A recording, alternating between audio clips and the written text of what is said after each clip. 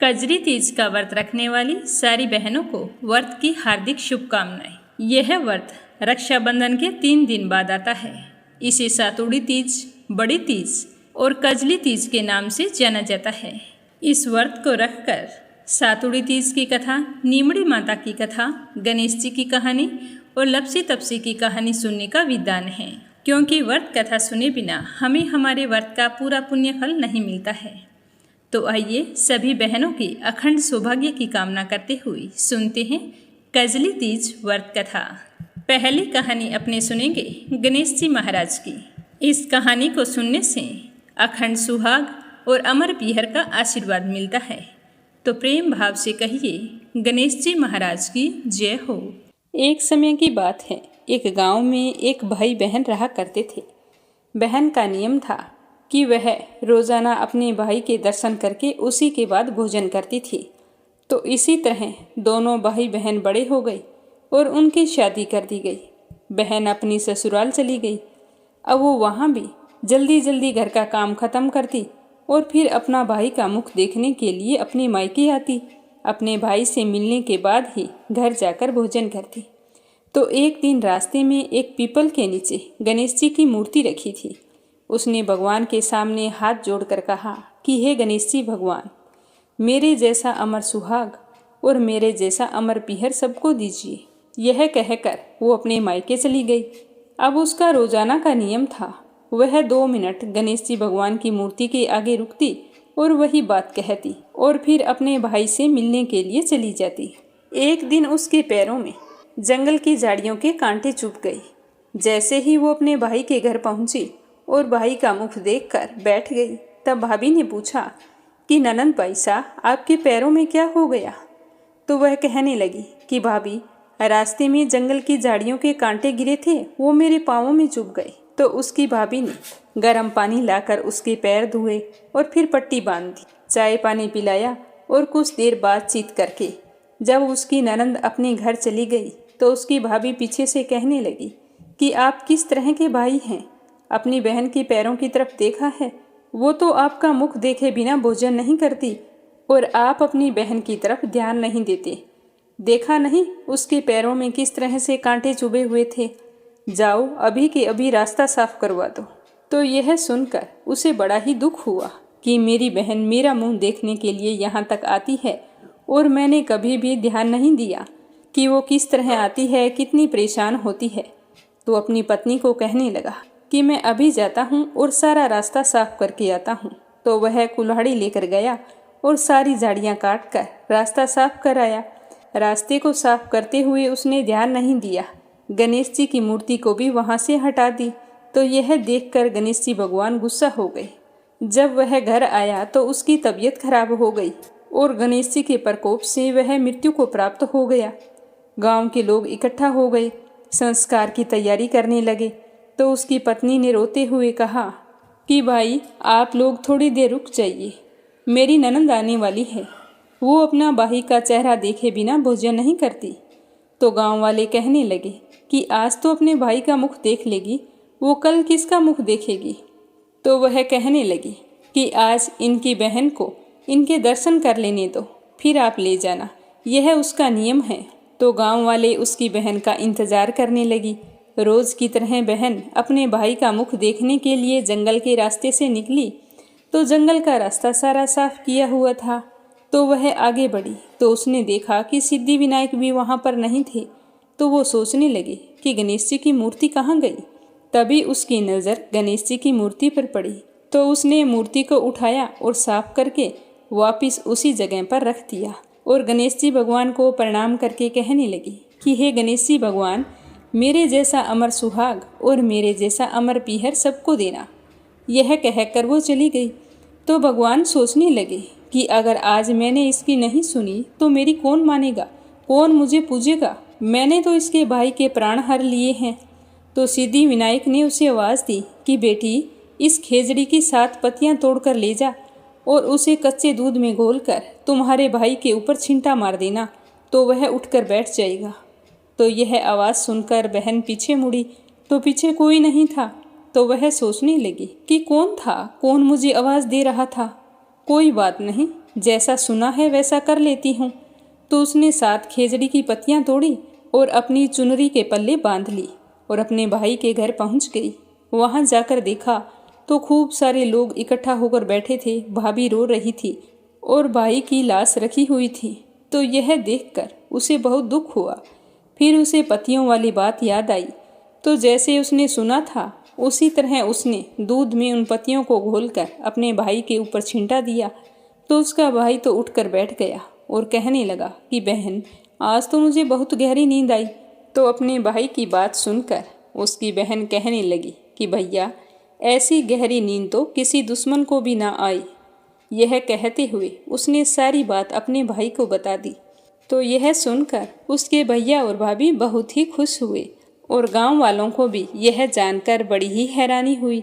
सारे कहने लगे कि बहन में सत्य था जो उसने अपने भाई को मौत के मुंह से वापस निकाल लिया है। और सारे गणेश जी भगवान का जयकारा लगाने लगे। हे गणेश जी भगवान, जैसे आपने उस लड़की के भाई की रक्षा की वैसे ही सभी बहनों के भाइयों की रक्षा करना और उनका अमर पीहर और अमर सुहाग बनाए रखना। जो भी आपकी इस कथा को श्रद्धा भाव से सुने उसकी सारी मनोकामनाएं पूर्ण करना। बोलो गणेश जी भगवान की जय हो। अब अपने सुनते हैं कजली तीज की पहली कथा। तो सभी बहनों से मेरा कहना है कि मीरा भक्ति स्टोरी चैनल को सब्सक्राइब जरूर करें, कथा को लाइक करें और ज़्यादा से ज़्यादा व्रत रखने वाली दूसरी बहनों में शेयर करें। भगवान शिव और माँ गौरी के आशीर्वाद से आपकी सारी मनोकामनाएं पूर्ण हों। बोलो शिव गौरी की जय हो। पौराणिक व्रत कथा के अनुसार एक गांव में एक गरीब ब्राह्मण रहा करता था। उसके परिवार में वह और उसकी पत्नी 2 ही सदस्य थे। उनके कोई संतान नहीं थी। गरीबी के चलते वह ब्राह्मण भिक्षा मांगकर ही जीवन यापन करता था। ब्राह्मणी भी बहुत ही सरल स्वभाव की थी। पूजा पाठ में खूब रुचि रखती थी। वह भगवान से हमेशा प्रार्थना किया करती थी कि हे भगवान, कभी हमारे भी दिन फेरना, हमारी भी गरीबी को दूर करना, सुख सौभाग्य का वास करना। तो एक दिन वो पानी लेने के लिए कुएं पर जा रही थी। तो उसने देखा कि थोड़ी दूरी पर कुछ महिलाएं इकट्ठी होकर बैठी हैं। तो उसके मन में जिज्ञासा हुई कि ये सारी क्या कर रही हैं। तो वह पानी का घड़ा लिए लिए उस महिलाओं के पास जा पहुंची और उन्हें पूजा पाठ करती हुई देखकर कहने लगी कि बहनों, आप ये क्या कर रही हो और इसके करने से क्या फल मिलता है। तो वे कहने लगी कि हम तो तीज माता का व्रत कर रही हैं। इसको करने से अखंड सुहाग, संतान की लंबी आयु, धन धान्य, सुख समृद्धि और मन की सारी इच्छाएं पूर्ण होती हैं। तो उनकी बात सुनकर ब्राह्मणी बहुत ही खुश हुई और कहने लगी कि बहन, मैं भी इस व्रत को करना चाहती हूँ। मैंने अभी तक कुछ भी नहीं खाया है। आप मुझे इस व्रत की विधि बताओ ताकि मैं भी पूरे विधि विधान से इस व्रत को कर सकूं। तो वहाँ से वह व्रत की सारी विधि जानकर खुशी खुशी घर आ गई। ब्राह्मण भी भिक्षा लेकर आ चुका था। तो ब्राह्मणी ने भोजन बनाया और ब्राह्मण को भोजन परोसा। तो ब्राह्मण देवता कहने लगा कि प्रिय, तुम भी भोजन कर लो। आज अपनी थाली लेकर नहीं आई। तो उसकी पत्नी कहने लगी कि स्वामी, आज मैंने तीज माता का व्रत रखा है और आपको मेरे लिए चने का सत्तू लेकर आना है। तो ब्राह्मण चुपचाप सोचने लगा कि मैं सत्तू कहाँ से लेकर आऊँ। तो ब्राह्मणी कहने लगी कि स्वामी, इस बार अगर आप मुझे सत्तू ला देते हैं तो अगली बार जब तक तीज माता का व्रत आएगा तो हमारे भी खूब धन धान्य हो जाएगा। कुछ ना कुछ तो करो, पर मेरे लिए सत्तू का प्रबंध कर दो। तो ब्राह्मण चिंता मगन हुआ भोजन करने लगा। भोजन करने के बाद घर से निकल पड़ा। अब सभी के घर से भिक्षा ला चुका था। अब किसके घर जाकर कहे कि मुझे भिक्षा के बदले सत्तू दे दो। इस तरह सोचते सोचते वह एक गांव के बाहर पीपल वृक्ष के नीचे जाकर बैठ गया। दोपहर से शाम हो गई। मन ही मन वह भगवान को स्मरण कर रहा था, लेकिन उसे कोई भी रास्ता नजर नहीं आ रहा था। घर पर उसकी पत्नी सत्तू के लिए इंतजार कर रही थी कि जब ब्राह्मण देवता सत्तू लेकर आ जाएंगे तब मैं पूजा करने की पूरी विधिवत तैयारी करूंगी और तीज माता को प्रसन्न करूंगी। तो इस तरह अपने पति के इंतजार में बैठी थी सत्तू का प्रबंध नहीं होने के कारण ब्राह्मण बहुत ही उदास हो गया था। वह रात पड़ने पर पीपल वृक्ष के नीचे से खड़ा हुआ और अपने घर की तरफ चल पड़ा। तो रास्ते में उसे साहूकार की दुकान दिखाई दी। तो उसने देखा कि उस समय दुकान में कोई नहीं था, सारे घर में भोजन कर रहे थे। तो वह चुपचाप दुकान में घुस गया। वहाँ पर चने की दाल, घी, शक्कर ये सारा सामान लिया। फिर उसे तोल लिया। तोल कर पूरा 1.25 किलो लेकर अपने घर जाने लगा। तभी एक बर्तन के गिरने की आवाज़ से साहूकार जाग गया और वह भागकर दुकान में आया। तो देखा कि गांव के पंडित जी हाथ में कुछ सामान लिए वहाँ पर खड़े थे। तो साहूकार ने कहा कि पंडित जी, आप इस तरह इतनी रात को क्यों आए हैं? तो ब्राह्मण हाथ जोड़कर कहने लगा कि हे साहूकार जी, मैं चोर नहीं हूँ। आपको पता है कि मैं निर्धन ब्राह्मण हूँ, भिक्षा मांगकर ही अपना जीवन यापन करता हूँ। और आज मेरी पत्नी ने तीज माता का व्रत रखा है और मैं उसके लिए सत्तू का प्रबंध नहीं कर पाया, इसीलिए आपकी दुकान के आगे से जा रहा था। तो मैंने सोचा कि आज मैं यहाँ से 1.25 किलो सत्तू लेकर चला जाऊँगा और फिर जब भी मेरे पास रुपए होंगे तो मैं तुम्हें आकर लौटा दूँगा। मैं आपसे मांगने का साहस नहीं कर पाया। हे साहूकार जी, आप मुझे क्षमा करें। इस तरह कहकर उसने सत्तू की थैली साहूकार के आगे कर दी। तो साहूकार ने थैली खोलकर देखी तो उस थैली में सत्तू के अलावा कुछ भी नहीं मिला। तो यह देखकर उस साहूकार को ब्राह्मण देवता पर तरस आ गया और वह कहने लगा कि हे ब्राह्मण देव, मैं तुमसे कुछ नहीं लेना चाहता हूँ। चंद्रमा निकल आया है और तुम्हारी पत्नी घर पर इंतजार कर रही होगी। आज से मैं तुम्हारी पत्नी को धर्म की बहन मानूंगा। यह कहकर साहूकार ने सत्तू के साथ साथ गहने, रुपए, मेहंदी, लच्छा, पूजा की सारी सामग्री के साथ बहुत सारा धन देकर ब्राह्मण को विदा किया।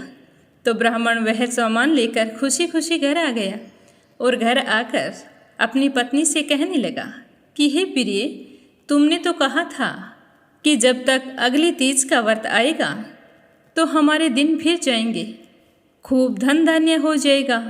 लेकिन तुम्हारी श्रद्धा भक्ति देखकर मुझे तो लगता है कि तुम पर तीज माता आज ही प्रसन्न हो गई है। यह कहकर ब्राह्मण देव ने साहूकार की सारी बात बताई।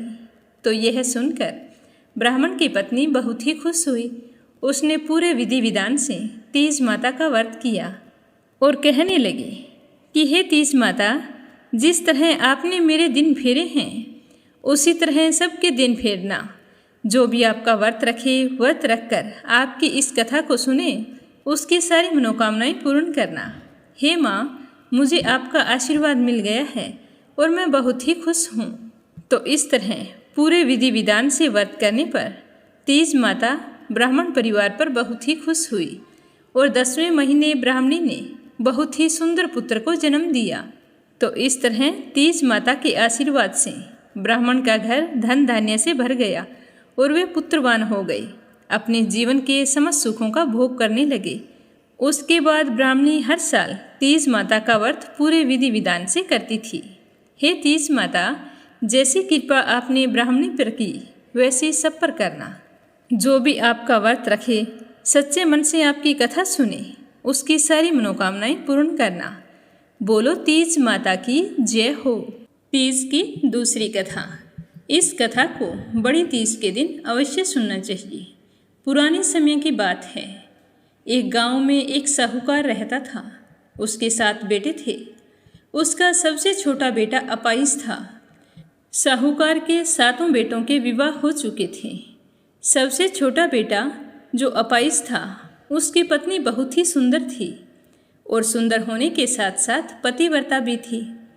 लेकिन उसका पति रोजाना एक वेश्या के पास जाता था। वह अपनी पत्नी से कभी भी बातचीत नहीं करता था, लेकिन उसकी पत्नी पतिव्रता थी। वह रोजाना अपने पति को कंधे पर बैठाकर वेश्या के यहाँ लेकर जाती थी और वहाँ छोड़कर सुबह फिर से जाकर अपने कंधे पर बैठाकर लेकर आती थी। तो यह देखकर उसकी सारी जेठानियाँ हंसी उड़ाती हुई कहती कि देखो कितनी मूर्ख है, जो अपने कंधे पर बैठाकर अपने पति को दूसरी औरत के पास छोड़कर आती है। एक तो अपाहिज है, कमा के तो वैसे ही कुछ नहीं ला सकता, और पति होने का सुख भी इसे मिल नहीं रहा है। फिर भी पता नहीं क्यों मूर्खों की तरह बाहर डोती रहती है। पर वो जेठानियों की बात का बुरा नहीं मानती, चुपचाप सुन लेती, उन्हें कुछ भी नहीं कहती, क्योंकि वह बहुत गरीब थी। उसका पति तो अपाहिज था, वह तो कोई काम काज कर नहीं सकता था। वही जेठानियों के घर काम करके अपना गुजारा करती थी। हमेशा वह भगवान से प्रार्थना करती कि हे भगवान, मेरी भी गरीबी दूर करना, मेरे घर में सुख सौभाग्य का वास करना। ऐसा करते करते समय बीत रहा था तो भाद्रपद का महीना आया। रक्षाबंधन के 3 दिन बाद उसकी जेठानियों ने कजली तीज का व्रत रखा। तो वह उनके घर उस समय काम काज कर रही थी। तो उसने देखा कि उसकी जेठानियों ने व्रत और पूजा के लिए सातु बनाई हैं। तो छोटी बहू बहुत ही गरीब थी। उन्हें देखकर उसके मन में भी बहुत इच्छा हुई कि मैं भी व्रत रखूं और तीज माता की पूजा करूं। तीज माता की पूजा करने से मेरी गरीबी अवश्य ही दूर हो जाएगी। तो वह अपने घर आ गई। उसे चुपचाप देखकर उसकी सास कहने लगी कि बेटा, तो इस तरह उदास क्यों बैठी है? तो वो कहने लगी कि माँ जी, मैं भी तीज माता का व्रत रखना चाहती हूँ, लेकिन मेरे पास तो कुछ भी नहीं है, मैं सातु कैसे बनाऊँ? तो अपनी बहू की बात सुनकर उसकी सास बहुत ही प्रसन्न हुई और सोचने लगी कि मेरा बेटा है जो इसकी तरफ देखता भी नहीं है, और एक ये है जो कितनी संस्कारी है, अपने घर को आगे बढ़ाने के लिए तरह तरह की कोशिशें करती रहती है। मैं इसके व्रत रखने की इच्छा को जरूर पूरा करूँगी। तो उसकी सास दुकान से सारा सामान उधार लाकर अपनी छोटी बहू के लिए सत्तू के लड्डू बनाए और उसे देते हुए कहा कि ले बेटा, तुम पूरे विधि विधान से तीज माता का व्रत कर। तो वह पूजा का सारा सामान और सत्तू देखकर बहुत ही खुश हुई। दिन भर निर्जल व्रत रखा। शाम को पूजा करने के बाद जब सत्तू पासने का समय आया तो उसका पति कहने लगा कि मुझे तो अभी वेश्या के यहाँ जाना है और तुम छोड़ कर आओ। तो वह हर दिन की तरह अपने पति को कंधे पर बैठाकर छोड़ने के लिए चली गई, और जैसे ही वेश्या के द्वार के आगे उसे उतारा तो उसका पति कहना भूल गया कि तुम घर चली जाओ, क्योंकि रोज़ाना वो कह देता था कि अब तुम चली जाओ और सुबह आ जाना। पर आज उसके पति ने कुछ नहीं कहा। तो वह वहीं पर बैठकर उसका इंतज़ार करने लगी। तभी जोरों की वर्षा होने लगी। बरसाती नदी में पानी भर गया, पानी बहने लगा। थोड़ी देर बाद में नदी से आवाज़ आई कि आव तारी जाओ तारी, दोना खोल के पिए, ऐसा जो करेगी पिया की प्यारी होएगी। तो इस तरह की आवाज़ सुनकर उसने नदी की तरफ देखा तो नदी में दूध का दोना तैरता हुआ आ रहा था। तो उसने जल्दी से उस दोने को उठाया और उसे 7 बार पीकर दोने के 4 टुकड़े किए और चारों दिशाओं में फेंक दिए। उधर तीज माता की कृपा से वेश्या अपना सारा धन उसके पति को वापस देकर कहने लगी कि मैं तो यहाँ से जा रही हूँ। मेरा मन मुझे धिक्कारता रहता है कि मेरी वजह से तुम्हारी बसी बसाई जिंदगी उजड़ गई है। पता नहीं मेरे पापों का प्रायश्चित कैसे होगा। इसीलिए जो कुछ तुमने मुझे धन दिया था, ये सारा धन मैंने तुम्हें वापस दिया और अब मैं यह गांव छोड़कर जा रही हूँ। तो वेश्या के इस तरह के वचन सुनकर छोटी बहू के पति को बड़ी ही हैरानी हुई। वह सोचने लगा कि मैं भी यही सोच रहा था कि मेरी कितनी सुंदर पत्नी है और मेरा कितना ख्याल रखती है। मुझे रोज़ाना अपने कंधों पर बैठाकर यहाँ लेकर आती है और सुबह वापस लेकर जाती है, पर मैंने उसके लिए क्या किया? पर मैं तो चाह कर भी वेश्या को कुछ भी नहीं कह पा रहा था, और आज वेश्या ने स्वयं कहकर मेरी राह आसान कर दी है। अब मैं मेरी पत्नी का खूब ख्याल रखूँगा। पर वेश्या तो चली गई थी। वह सोचने लगा कि अब मैं घर कैसे जाऊँगा। सुबह तक मुझे यहीं पर अपनी पत्नी का इंतज़ार करना होगा और वो बेचारी घर पर सातु पासने के लिए मेरा इंतज़ार कर रही होगी। इस तरह सोचते हुए जैसे ही वो खड़ा होने को हुआ तो उसके दोनों पैर सही सलामत थे। वह झट से खड़ा हो गया तो उसे अपनी आंखों पर विश्वास नहीं हो रहा था कि यह चमत्कार आज मेरे जीवन में कैसे हो रहा है। तो वह जल्दी से खड़ा होकर वेश्या के कमरे से बाहर निकला तो उसकी पत्नी वहाँ पर उसका इंतजार कर रही थी। तो उसे देखते ही वह कहने लगा कि प्रिय, तुम आज यहीं पर बैठी हो, घर नहीं गई? तो वह मुंह नीचा किए ही कहने लगी कि स्वामी, आपने कहा ही नहीं कि तुम घर चली जाओ, तो मैं तो आपका इंतजार कर रही हूँ। तो उसका पति कहने लगा कि चलो घर चलते हैं, दोनों मिलकर पूजा करेंगे और फिर साथ उपासेंगे। तो इस तरह के वचन सुनकर उसने अपने पति की तरफ देखा तो वह सकुशल अपने पैरों पर खड़ा था। तो वह मन ही मन तीज माता का धन्यवाद करने लगी और अपने पति के चरणों में गिरकर कहने लगी कि हे स्वामी, आप मुझे वचन दो कि आपने जो कुछ भी कहा है उसे निभाओगे और हमेशा मेरे साथ रहोगे, फिर से उस वेश्या के पास कभी नहीं जाओगे। तो उसके पति ने कहा कि हे प्रिय, मैं तुम्हें वचन देता हूँ, आज के बाद मैं हमेशा सुख दुख में तुम्हारा साथ दूंगा और तुम्हें छोड़कर कहीं नहीं जाऊंगा। तो दोनों पति पत्नी खुशी खुशी घर आ गए। घर आकर दरवाज़ा खटखटाया तो उसकी माँ ने दरवाज़ा खोला तो देखा कि उसका बेटा और बहू धन माल के साथ वहाँ पर खड़े हैं। तो उसे अपनी आँखों पर विश्वास नहीं हो रहा था, क्योंकि उसका बेटा जब अपाहिज था, वेश्या के पास जाता था, तब उसने अपने पत्नी के सारे गहने, जेवरात, वस्त्र और घर में जो कुछ भी धन था वो सब कुछ ले जाकर वेश्या को दे दिया था और आज सब कुछ लेकर वापस घर के दरवाजे पर खड़ा है। तो यह सोचते हुए उसकी माँ की आंखों में आंसू आ गए। तो दोनों पति पत्नी ने अपनी सास के चरण स्पर्श किए तो माँ ने उन्हें हृदय से लगा लिया और अपनी बहू का माथा चूमते हुए कहने लगी कि बेटा, यह सब कुछ आज तेरी वजह से हुआ है।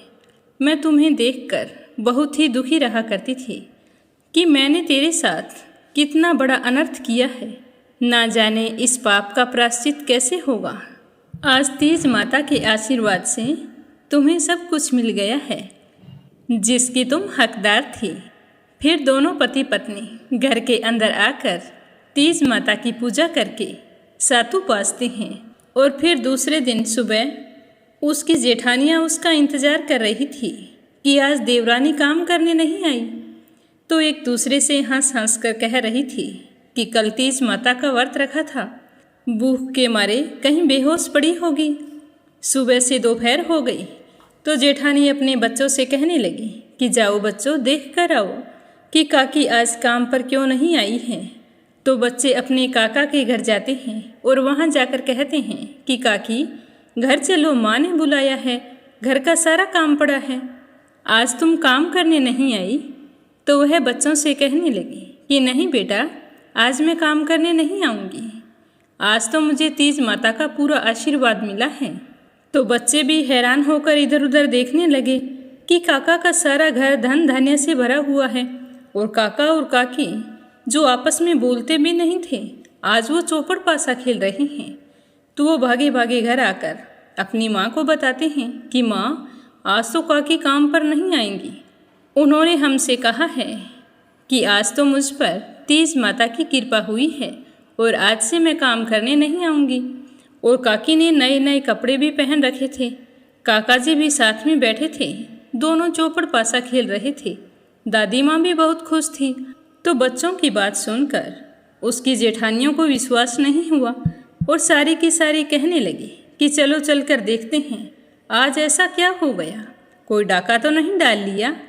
तभी दूसरी जेठानी कहती है कि डाका कौन डालेगा, देवरानी तो डाका डालने से रही और अपाहिज देवर जी कैसे डाका डाल सकते हैं। तो उसका बेटा कहने लगा कि माँ, काका चल फिर सकते हैं, मैं अपनी आंखों से देख कर आया हूँ। तो वे सारी की सारी हैरान होती हुई अपनी देवरानी के घर की ओर चल दी। वहाँ जाकर देखा तो जैसा बच्चों ने बताया था सब कुछ वैसा ही था। तो वो कहने लगी कि देवरानी जी, यह चमत्कार कैसे हुआ। तो वह अपनी जेठानियों के चरण स्पर्श करके कहने लगी कि मैंने तीज माता का व्रत रखा था और तीज माता के आशीर्वाद से सब कुछ ठीक हो गया है। हे तीज माता, जिस तरह आप छोटी बहू पर प्रसन्न हुई, वैसे सब पर प्रसन्न होना, सबके मनोरथ सिद्ध करना, सुख सौभाग्य का वास करना। अब अपने सुनते हैं लप्सी और तपसी की कहानी। इस कहानी को हर व्रत कथा के बाद में अवश्य सुनना चाहिए। इसको सुने बिना हमें हमारे व्रत और पूजा पाठ का पुण्य फल नहीं मिलता है। तो प्रेम भाव से कहिए, लप्सी तपसी की जय हो। प्राचीन समय की बात है, एक गांव में लप्सी और तपसी नाम के दो भाई रहा करते थे। तपसी हमेशा भगवान की सेवा में लीन रहता था, लेकिन लप्सी हमेशा सवा सेर लापसी बनाता, भगवान को भोग लगाकर फिर स्वयं भोजन कर लेता। दोनों भाइयों का यही नियम था। एक दिन दोनों भाइयों में बहस छिड़ गई कि कौन बड़ा है। तो लप्सी कहने लगा कि मैं बड़ा हूँ, क्योंकि मैं तो लापसी बनाकर भगवान को रोजाना भोग लगाता हूँ। मैं कभी भी भगवान को भूखा नहीं रहने देता। तो तपसी कहने लगा कि मैं बड़ा हूँ, क्योंकि मैं सारा दिन भगवान की तपस्या करता हूँ। तो इस तरह करते करते दोनों जोर जोर से लड़ने लगे। तभी वहाँ से नारद मुनि गुजर रहे थे। उन दोनों को लड़ते हुए देखा तो उनके पास आए और लड़ने का कारण पूछने लगे। तो तपसी कहने लगा कि हे देव ऋषि, आप ही बताइए कि कौन बड़ा है। मैं कहता हूँ कि मैं बड़ा हूँ। लप्सी इस बात को मानने के लिए तैयार नहीं है। ये कहता है कि मैं बड़ा हूँ। तो दोनों की बात सुनकर नारद मुनि कहने लगे कि मैं इसका फैसला तो कर दूंगा, लेकिन कल करूंगा। कल सुबह जल्दी आऊँगा और आपको बता दूंगा कि तुम दोनों में से कौन बड़ा है। तो अगली सुबह तपसी रोजाना की तरह नहा धोकर पूजा करने के लिए जा रहा था। तो रास्ते में उसे 1.25 करोड़ की एक अंगूठी मिली, जो नारद जी ने उसके आगे फेंकी थी। तो तपसी ने जल्दी जल्दी इधर उधर देखा और अंगूठी को उठा लिया और तपस्या करने बैठा तो अपने पैर के नीचे दबाकर बैठ गया। लप्सी रोजाना की तरह स्नान करके आया और 1.25 सेर लापसी बनाई। पहले भगवान को भोग लगाया, फिर स्वयं लापसी जीमने के लिए बैठ गया। तभी वहाँ पर नारद जी आ गए और कहने लगे कि लप्सी बड़ा है। तो तपसी कहने लगा कि इसका क्या कारण हो सकता है, ये कैसे बड़ा है, ये कभी पूजा पाठ नहीं करता है। तो नारद जी कहने लगे कि इसके मन में लालच नहीं है, जो भी करता है बड़े ही श्रद्धा भाव से करता है। इसका नियम है कि रोजाना भगवान को भोग लगाना। इसका नियम कोई भी भंग नहीं कर सकता, लेकिन तुम्हारा नियम भंग हो चुका है। तो तब से कहने लगा कि कैसे, मैं नियम से रोजाना भगवान की पूजा करता हूँ। तो नारद मुनि कहने लगे कि तुम खड़े होकर अपना पैर उठाओ। तो तपसी जैसे ही खड़ा हुआ तो उसके पैर के नीचे 1.25 करोड़ की अंगूठी पड़ी थी। तो नारद जी कहने लगे कि तूने इसे चुराया है, जिससे तेरी तपस्या भंग हो गई है। तपसी हाथ जोड़कर नारद जी के सामने खड़ा हो गया और कहने लगा कि मुझसे गलती हो गई, आज के बाद मैं ऐसी गलती कभी नहीं करूँगा। मैंने बहुत ही सच्चे मन से पूजा की है। आप ही मुझे बताइए कि मुझे मेरी पूजा का फल कैसे मिल सकता है। मैं आपसे वादा करता हूँ कि आज के बाद मैं कभी चोरी नहीं करूँगा। तो उस तरह उसके दीन वचन सुनकर नारद जी को उस पर दया आ गई और नारद जी कहने लगे कि तेरी तपस्या का फल कार्तिक स्नान करने वाला ही दे सकता है। तो तपसी पूछने लगा कि वो कैसे। तो नारद जी ने बताया कि कार्तिक माह में कार्तिक स्नान करके जो भी सारी कहानियाँ सुनकर तुम्हारी कहानी नहीं सुनेगा, तो उसके कार्तिक स्नान का पुण्य फल उससे छूटकर तुम्हें मिलेगा। अगर कोई दिए से दिया जलाएगा तो उसका पुण्य फल भी तुझे ही मिलेगा। अगर घर की सारी साफ सफाई करके दहलीज की सफाई नहीं करेगा तो उसका पुण्य फल भी तुझे ही मिलेगा। रोटी सारी बना ले, लेकिन गाय और कुत्ते की रोटी ना बनाए तो उसका पुण्य फल भी तुझे ही मिलेगा। और घर पर बहन सुवासिनी आने पर उसे सूट साड़ी तीवल जो कुछ भी देते हैं, भेंट स्वरूप अगर कुछ पैसे नहीं देंगे तो उसका पुण्य फल भी तुझे ही मिलेगा। तो इस तरह नारद जी ने तपसी को पुण्य प्राप्ति का मार्ग बताया, जिसे सुनकर तपसी बहुत ही प्रसन्न हुआ और भगवान की पूजा में लीन हो गया। तभी से कहा जाता है कि हर व्रत कथा और कहानी के बाद में लप्सी तपसी की कहानी जरूर सुननी चाहिए। इस कहानी को सुने बिना हमें चाहे कार्तिक का महीना हो या वैशाख का महीना हो, हमें उसके स्नान का पुण्य फल नहीं मिलता है। जब कहानी समाप्त हो जाती है तो इस तरह से कहना चाहिए कि लप्सी का फल लप्सी को मिले, तपसी का फल तपसी को मिले। हमारी कहानी का, हमारे पूजा पाठ और हमारे व्रत का पुण्य फल हमें मिले। बोलो लपसी तपसी की जय हो।